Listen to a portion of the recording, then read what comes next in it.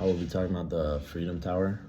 The Freedom Tower was built in New York City on the original site of the World Trade Center.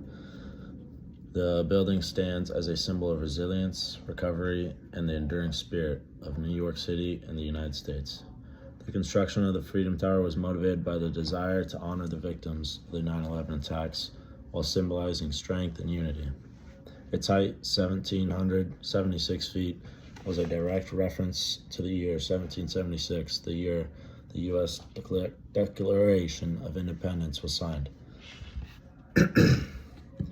The construction process used, it began in 2006, completed in 2013. The project was subject to delays, which were partly due to the complexity of the design, safety concerns, and financial considerations. Site prep consisted of mainly clearing debris while being respectful to the victims. Foundation and underground structures, they drilled 80 feet into the rock, which were used for pile foundations to support the massive weight of the building and make lower levels for parking. Core structure and steel frame. The steel frame was erected using cranes and tower cranes with a mix of prefabricated steel columns and beams being transported and assembled on site. They had extra safety and security features like blast resistant glass that could withstand blasts and reinforced floors to prevent collapsing. The transportation needs were transported mainly on barge along the Hudson River just to reduce traffic and clogginess.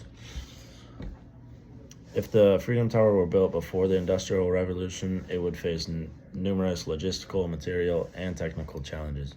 The building's height, material choices, and construction speed would be constrained by the technologies available at the time. The project would take years to complete, require a large labor force, and depend on slow and inefficient transportation methods. The absence of industrial machinery, mass production of steel, and modern construction techniques would make the construction process far more labor-intensive and time-consuming.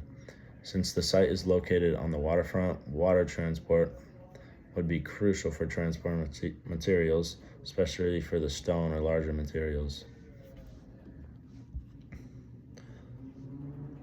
The failure of the Twin Towers highlighted the need for structural resilience, fire safety, and security in high-rise buildings.